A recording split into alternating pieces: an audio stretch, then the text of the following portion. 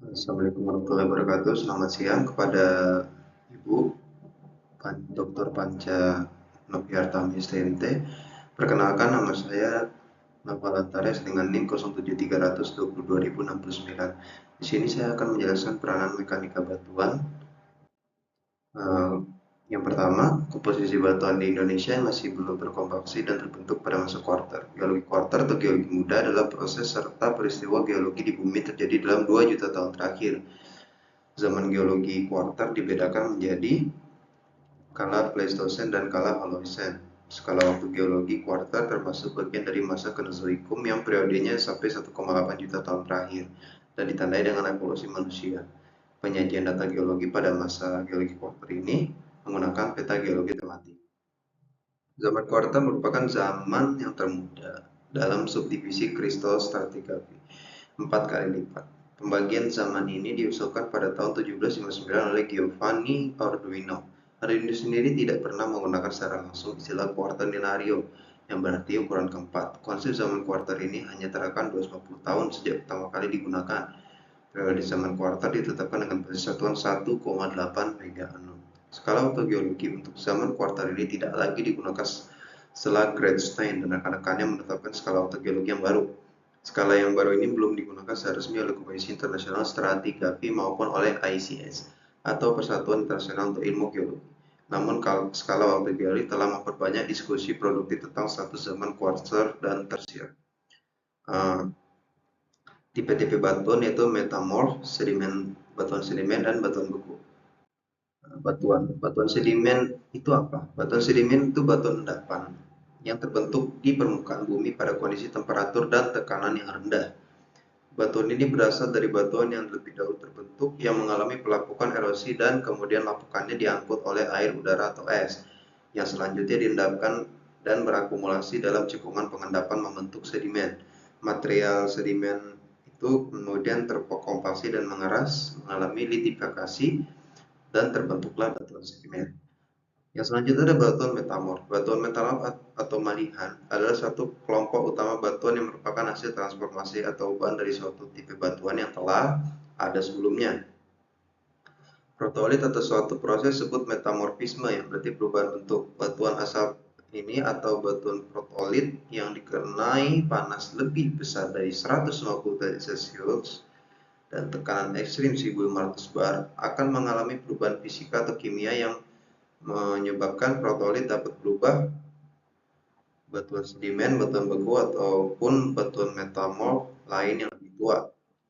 Batuan selanjutnya adalah batuan beku. Batuan ini merupakan jenis batuan yang terbentuk dari magma mendingin dan mengeras atau tanpa proses kristalisasi, baik di bawah permukaan sebagai batuan intrusif maupun di atas permukaan sebagai batuan ekstrusif. Magma ini dapat berasal dari setengah cair ataupun batuan yang sudah ada baik di mantel maupun kerak bumi. Umumnya proses pelelehan terjadi karena satu dari proses tersebut kenaikan temperatur, penurunan tekanan, atau perubahan komposisi. Lebih dari 700 tipe batuan beku telah berevolusi dideskripsikan sebagai besar terbentuk di bawah permukaan bumi. Kondisi Indonesia di daerah Khatulistiwa. Iklim tropis adalah kondisi yang dipengaruhi khatulistiwa. Ini ciri negara iklim tropis mencakup sebagian besar wilayah garis khatulistiwa bumi. Suhu relatif tinggi. Iklim tropis juga ditandai dengan curah hujan lebih tinggi dan musim hujan yang panjang. Tingginya penguapan air dari lautan dan perairan menyebabkan pembentukan awan dan hujan yang sering terjadi. Tanah di wilayah ini sering subur karena curah hujan yang melimpah, yang mendukung pertanian keanekaragaman hayati yang kaya. Namun iklim tropis juga dapat membawa tantangan seperti banjir, cuaca ekstrim, dan lain-lain selama musim hujan. Yang selanjutnya adalah Indonesia dan sabuk gunung api. Indonesia terletak di kawasan sabuk gunung api dunia atau gunung berapi barisan yang disebut Ring of Fire. Apa itu Ring of Fire? Ring of Fire sebutan cici api Pasifik atau lingkaran api Pasifik. Keberadaan yang meliputi di wilayah Indonesia inilah yang menyebabkan rawan di